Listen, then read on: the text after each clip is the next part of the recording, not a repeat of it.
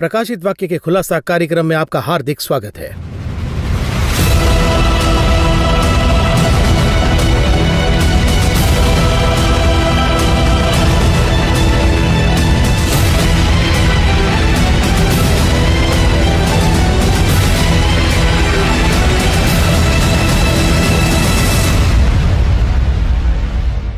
Revelation chapter में आपकी नजरिया क्या है पता नहीं, लेकिन पढ़ते समय पवित्र आत्मा के साथ पढ़ना है ऐसा मैं नहीं कह रहा हूं, ब्रदर एमडी जगन भी नहीं कह रहे, बाइबल ही कह रही है।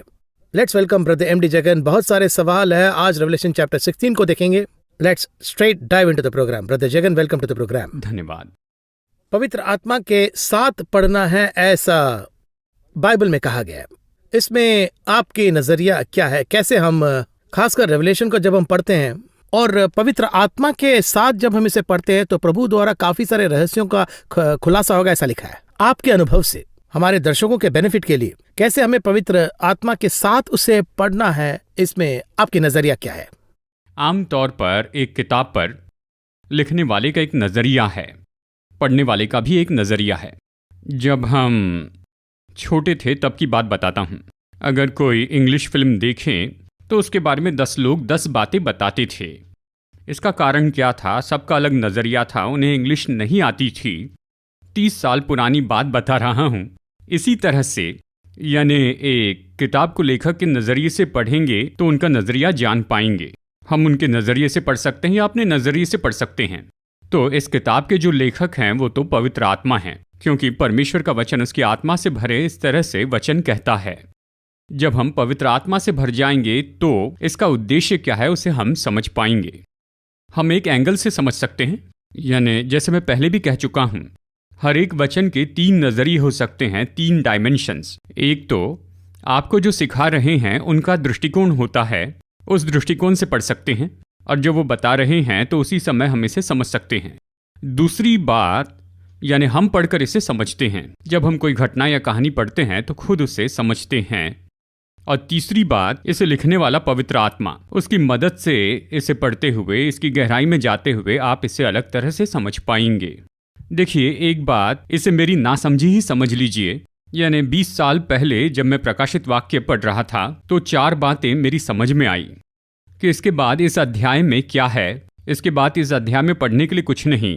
इस तरह का विचार मुझ में आने लगा। तो इस अध्याय में जो भी है उसे पढ़ चुके हैं, इसकी सारी चीज़ों का खुलासा हो चुका है, अब इसमें कुछ नहीं है, मैं कहता हूँ। उसके बाद पवित्र आत्मा ने समझा और पिछले 20 साल से मुझे एक अध्याय समझा रहे हैं। हर बार जब भी इसे पढ़ता हूँ तो कुछ नई बात सीखता हूँ। और इसी तरह ये तो एक झरने के जैसे है। स्ट्रीम, नया जल हमेशा आता है। जितना खोदते उतना खोदते खोदते नया पानी जो है स्ट्रीम में आ जाता है। बाहर आने पर वो पुराना जल है। फिर नए जल की अपेक्षा करते हैं, यानी जमा करके रखे हुए पुराने पानी को भी पी सकते हैं, और उसी के साथ अगर नया जल चाहिए तो इसमें से निकाल सकते हैं।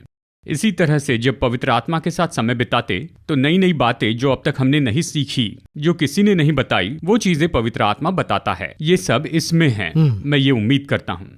तो इस तरह जब होता है तो बहुत सारे राय जब होते हैं, बहुत सारे एक्सप्लेनेशंस जब होते हैं तो दर्शकों को भी थोड़ा कंफ्यूजन होता है ना। तो ऐसी स्थिति में प्रभु के साथ बिना कंफ्यूज हुए पढ़ाई करना, इसके बारे में आप क्या कहेंगे? देखिए, बहुत से लोग इस तरह से कहेंगे कि परमेश्वर ने मुझसे कहा है। सब लोग यही कहते हैं, परमेश्वर ने प्रकाशन दिया, प्रकाशन दिया। अगर हम में पवित्र आत्मा है तो प्रभु ने क्या कहा उसे समझ पाएंगे। तो जो बोल रहे हैं उनमें कमी नहीं, कमी हमारे में ही है। देखिए, 1000 लोग अपना सुझाव देंगे, यानी यूहन्ना बपतिस्मा दाता आया, यीशु भी आए, और लोगों ने दोनों को मसीहा समझा था। यूहन्ना बपतिस्मा दाता से पूछते क्या तू मसीहा है, यीशु से भी पूछते क्या तू मसीहा है। यूहन्ना बपतिस्मा दाता ही पूछ रहे कि आप आगे के नहीं, ऐसा। देखिए, लेकिन जब यीशु को देखा तो उसकी फ्रीक्वेंसी में सेट हो गए। यूहन्ना बपतिस्मा दाता और उसके चेले इसमें फिट नहीं हो रहे थे, वो काम नहीं कर पाए, उनसे ये सारे काम नहीं हुए। पर जैसे उन्होंने यीशु को देखा, खैर आत्मिक रीति से नहीं देखा, यानी जब यीशु को देखा तो वो इस फ्रीक्वेंसी में सेट हो गए। इसी तरह जब पवित्र आत्मा आपसे कुछ कहता है और अगर आप आत्मा से भरे हैं तो आप उसकी बात समझ सकते हैं। सो ट्यूनिंग वैसे शरीर में होकर कोई कहे तो आसानी से समझ पाएंगे, और इसलिए देखिए, बाइबल में इस तरह से एक वरदान है, आत्माओं को परखने का वरदान इस तरह से है। आत्माओं को परखने का वरदान तो एक विशेषता है, ये पवित्र आत्मा का वरदान है, और ये तो केवल उसमें आने से ही नहीं, यानी अगर कोई कहता है वो बात सही है या गलत है, इस तरह से ही नहीं, जो आए हैं वो परमेश्वर से हैं या नहीं ये भी जान सकते हैं। वो जो बता रहे हैं क्या परमेश्वर के अनुसार है या नहीं, भविष्यवाणी सही है या फिर गलत है, ये सब पवित्र आत्मा हमें समझाता है। और यही तो एक बहुत बड़ा वरदान परमेश्वर ने हमें दिया है। अब अंतिम समय की एक और बड़ी समस्या क्या है, लोग सबूत की ओर चले गए। ये दुनिया सबूत चाहती है, कुछ भी बताए तो सबूत है क्या ये पूछते हैं, सबूत दिखाने पर ही विश्वास करते हैं। इजराइल के लोग भी तो सबूत मांगे थे ना, वो भी सबूत मांग रहे थे। हम में और इस्राएली लोगों में क्या अंतर है पता है? वो सबूत ढूंढते हैं, हम विश्वास ढूंढते हैं। विश्वास क्या होता है? हमने अपने हृदय से उस पर विश्वास किया है बिना देखे, यही तो विश्वास है। सबूत तो देखने पर है, ये दोनों विरोधी हैं। तो ये अंधविश्वास कहाँ होता है? अंधविश्वास कहाँ आता है? देखिए, विश्वास अलग है, किसी विषय पर विश्वास करते हैं, है ना? तारे आकाश में हैं, मैं जो कह रहा हूं वो बाइबल से है। किससे कहा? अब्राहम से कहा। उसे बाहर लाकर आकाश देखने को कहते हैं। क्या तू इन तारों को गिन सकता है? अभी हम इसे किस नजरिए से देखते हैं? यानी सच में क्या आप सभी तारों को गिन सकते हैं क्या? नहीं कर सकते। नहीं ना। लेकिन इस जगह की यह घटना बहुत ही अलग थी। अब्राहम को बुलाया वो सुबह का समय था, शाम का समय नहीं, डे टाइम, क्योंकि उसके बाद ही शाम हो रही थी, इस तरह से लिखा है। दिन में तारे दिखते हैं क्या? नहीं दिखेगा। पर वो मानता है, और वो उससे क्या कहता है? तारों को अगर तू गिन सकता है तो इन्हें गिन, तेरी संतान ऐसी ही होगी। अब्राहम उस पर विश्वास करता है। क्या विश्वास करता है? मेरी आंखों को ये दिखाई नहीं दे रहे हैं, पर वो हैं। तारे आकाश में हैं, पर मेरी आंखों से नहीं दिखते, पर मैं मानता हूं ये विश्वास है। मान लीजिए वो नहीं है, तो कैसे विश्वास करेंगे? तो वो विश्वास अंधविश्वास होगा। जानते हैं, चलिए इसको विस्तार से समझाता हूं। 7 सिर 10 सिंग इस तरह बाइबल में बताया है। ऐसा कुछ है ही नहीं, ऐसा उन्होंने निर्णय ले लिया। हाँ, ऐसा कुछ आ रहा है। 7 सिर 10 सिंग वाला कोई पशु आएगा, ये राह देखे तो ये अंधविश्वास है। ये एक खुलासा है, जब इसे मानेंगे तो ये विश्वास है। क्राइस्ट थोमा से कह रहे हैं कि आपने देखा और विश्वास किया, बिना देखे विश्वास करना, विश्वास वाले धन्य हैं। यहूदी लोगों ने तो देखा और कुछ लोगों ने विश्वास किया और कुछ ने नहीं। पर बाद में ऐसा वंश आएगा, वो मुझे देखेंगे ही नहीं पर विश्वास करेंगे, वो धन्य लोग हैं। यह भाग्यशाली जो शब्द है, ये बहुत ही एक डीप शब्द है, गहरा शब्द है। रेवलेशन चैप्टर 16 में हम हैं, और इसको जब हम देखते हैं, लगातार हमने काफी विषयों के बारे में बात की।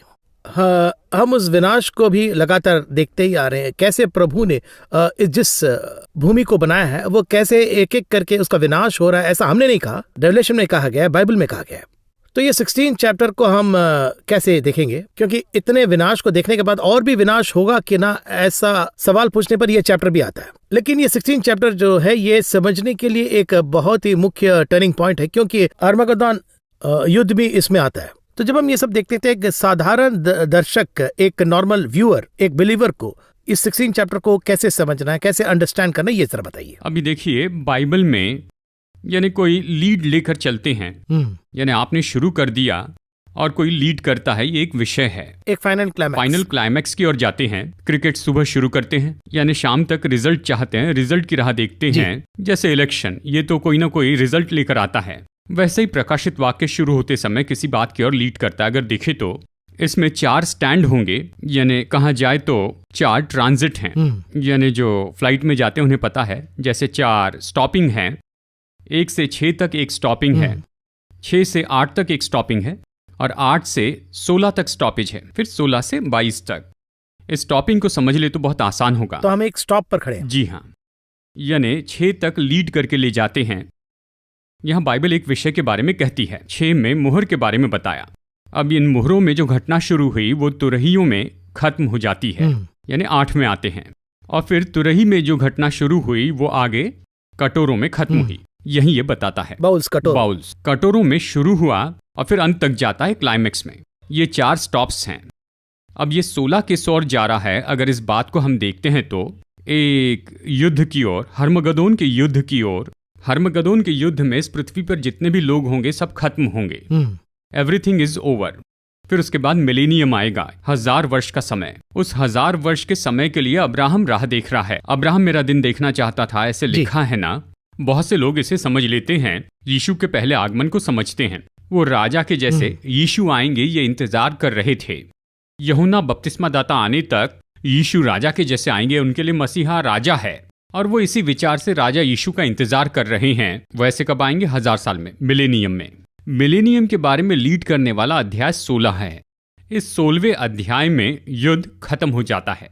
खत्म होने के बाद और फिर 20वें अध्याय में क्या होता है? यीशु राजा के जैसे आते हैं, मिलेनियम शुरू होता है। वचन 16 से 20 तक ये तो हर्मोगेदोन के युद्ध के रिजल्ट हैं। उसके बाद भूमि बदल जाएगी। उसके बाद हर्मोगेदोन के युद्ध के इफेक्ट्स कैसे होंगे, ये सब इन 4 अध्यायों में है, यानी इसके बारे में निश्चय विवरण दिया है। तो अध्याय 16 जो है ये एक हिसाब से ये अंत की ओर जाता है और अंत के बारे में ही बताता है। चलिए इसे एक तरफ रखते हैं। इससे हटकर देखिए यह अध्याय 16 में क्या देखते हैं, यानी हम यही देखते हैं। अब देखिए इस तरह से दुनिया गिरने लगती है। परमेश्वर ने मनुष्य और शैतान के विरुद्ध में एक युद्ध तय किया। उत्पत्ति 3:15 में स्त्री के वंश में और शैतान के वंश में बैर उत्पन्न करूंगा और वो तेरी एड़ी को डसेगा और तू उसके सिर को कुचलेगा। ये किसे दर्शाता है पूछे तो यीशु मसीह को, यानी स्त्री का वंश, और सर्प का वंश यानी एंटीक्राइस्ट। दूसरा थिस्सलुनीके अध्याय 2, 3 और 4 वचन में। तो इन दोनों के बीच में युद्ध होता है। यीशु जय पाते हैं और एंटीक्राइस्ट मरता है। इसके बारे में सारा विवरण अध्याय 3 वचन 15 में भविष्यवाणी के रूप में दिया है, और वो भविष्यवाणी यहाँ अध्याय 16 में पूरी होती है। यानी वहां पर कही गई भविष्यवाणी बाइबल को आगे बढ़ाकर, दुनिया को आगे बढ़ाकर, उसका अंत कहाँ पर है पूछे तो प्रकाशित वाक्य 16 में है। तो 16 को अगर हम पूरी तरह समझेंगे तो ही हम बाइबल का पूरा अंडरस्टैंडिंग हमें मिलेगा, ऐसा कह सकते हैं? जी हाँ, बाइबल का अंत और दुनिया का अंत, यहाँ तक कि आत्मिक युद्ध का अंत भी, ये सब यहाँ पर मिल जाएंगे। 16वें अध्याय से ये लीड करता है, और इसके बाद में इसके परिणाम जो है वो तो अगले अध्याय में बताए गए हैं। अध्याय 16 में जो अंतिम युद्ध है वो होता है हर्मगेदोन का युद्ध। ये अंतिम युद्ध नहीं है, हर्मगेदोन का युद्ध शुरू होता है, और इसी के आधार पर इतने दिनों तक हम सब राह देखते चले जाएंगे, और यही तो यहाँ कहा गया है। अब ये 16 चैप्टर को हमें कैसे पढ़ना है, उसके अंदर का जो चीज है उसे कैसे हमें समझना है? 16वें अध्याय में यहाँ देखा जाए तो ये 7 कटोरे का समय है। 7 बाउल्स ऐसे कहते हैं, यानी देखिए 7 मुहर, 7 तुरही, 7 कटोरे, ये तीनों प्रकाशित वाक्य में कई बार आए हैं।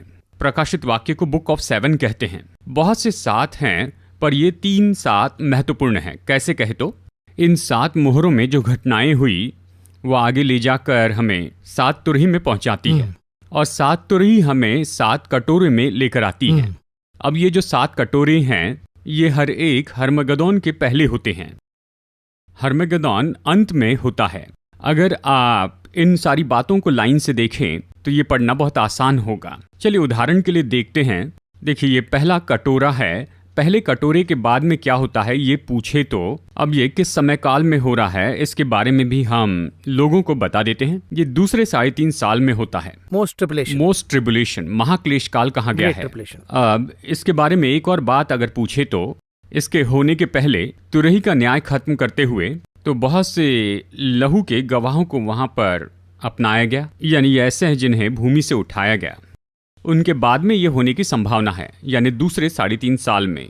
यानी इन 3.5 साल में जो लोग एंटी क्राइस्ट के सहायक बने हैं वो नहीं जानते थे ये एंटी क्राइस्ट है, लेकिन उसके कहे अनुसार चलने वाले, कोई भी सवाल पूछे बिना। अब देखिए यहाँ पर क्या कहता है, वचन 2, पहले स्वर्गदूत ने जाकर अपना कटोरा पृथ्वी पर उंडेल दिया, तब उन मनुष्यों के जिन पर पशु की छाप थी, जो उसकी उपासना करते थे, हर एक का बुरा और दुखदाई फोड़ा निकला। इस तरह से कहता है। क्या हुआ, क्या निकला? अगर इस बात के बारे में देखें तो सबसे पहले ये किसको आता है, यानी देखा तो पहले those who accept the mark of the beast, इस तरह से है। अब ये मार्क ऑफ द बीस्ट क्या है? पहले 3.5 साल में एंटी क्राइस्ट के गवर्नमेंट का एक चिन्ह होगा, यानी एंटी क्राइस्ट का नाम होगा, और फिर उसके बाद में उसका नंबर होगा। इसे अपनाने वाले, यानी ये 666, यानी एंटी क्राइस्ट की छाप अपनाने वाले ये कैसे और क्यों अपनाते, अगर ये पूछे तो अध्याय 13 कहता है इसके बिना वो ना कुछ खरीद सकते हैं ना बेच सकते हैं। तो जीने के लिए और कोई सहारा न होने के कारण क्या करते हैं? एंटी क्राइस्ट जो कहता है उसे स्वीकार करते हैं। उसे लिए बिना तो जीना संभव नहीं होगा। चलिए मैं एक उदाहरण बताता हूं। इस दुनिया में अभी बहुत सी विपत्तियां हैं। कैसी? पूरी दुनिया में देख लीजिए, एक तरफ युद्ध है, युद्ध के बादल तो हर तरफ छाए हैं, और दूसरी बात है अकाल जो कि तेजी से बढ़ रहे हैं, और उसके बाद में देखा जाए तो फिर आर्थिक संकट, ये हर जगह फैल रहे हैं। इन सब के साथ ही भूकंप भी है और ये सब कुछ है। यीशु ने ये पहले बताया है।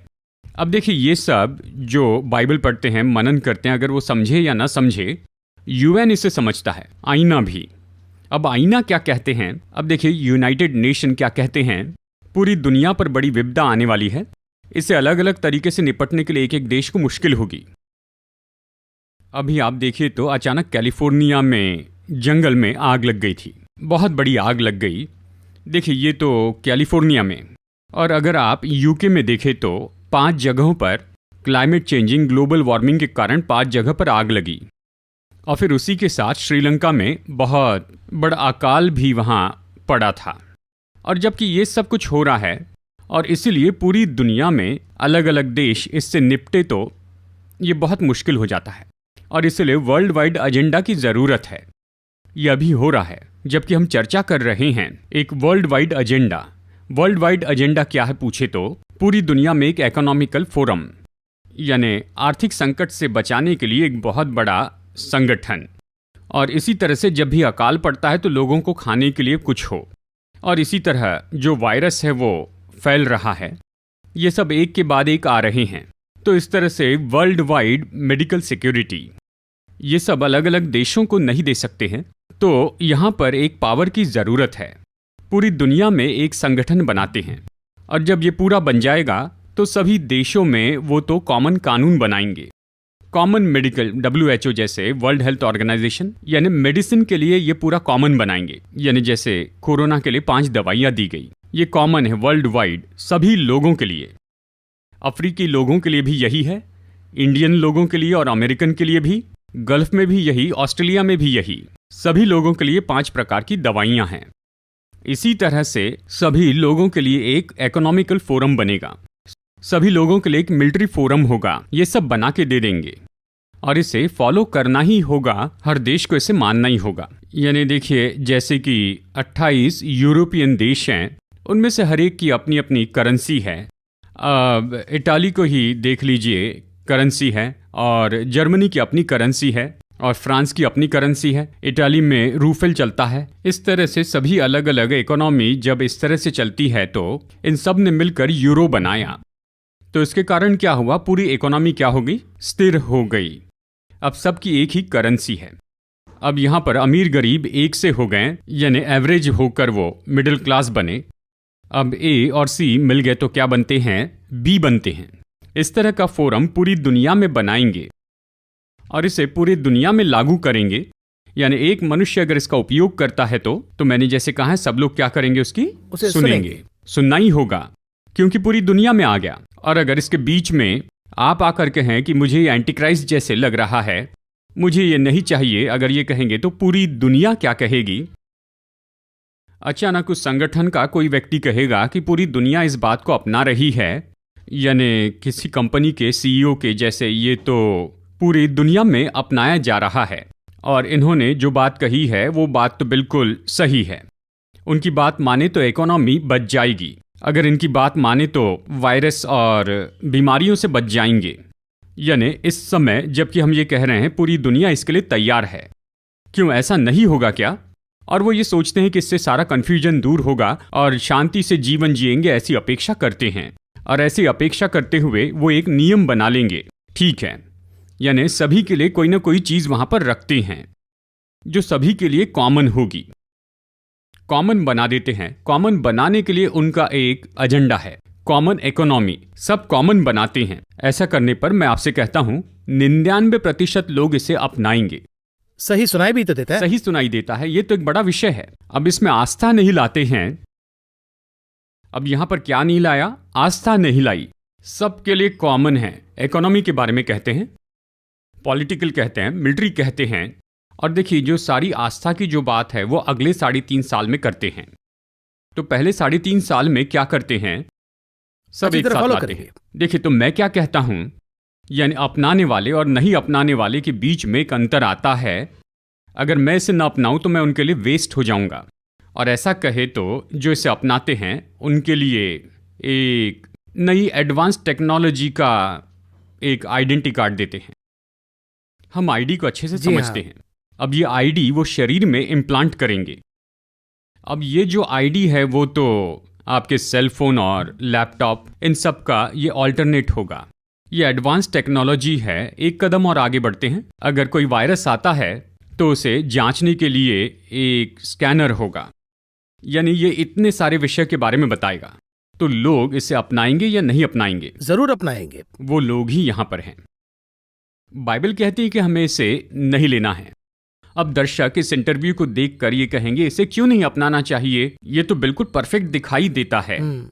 और वो भी अच्छा ही कर रहे हैं ना। अच्छा ही तो दिख रहा है, इस तरह से लोग कहेंगे।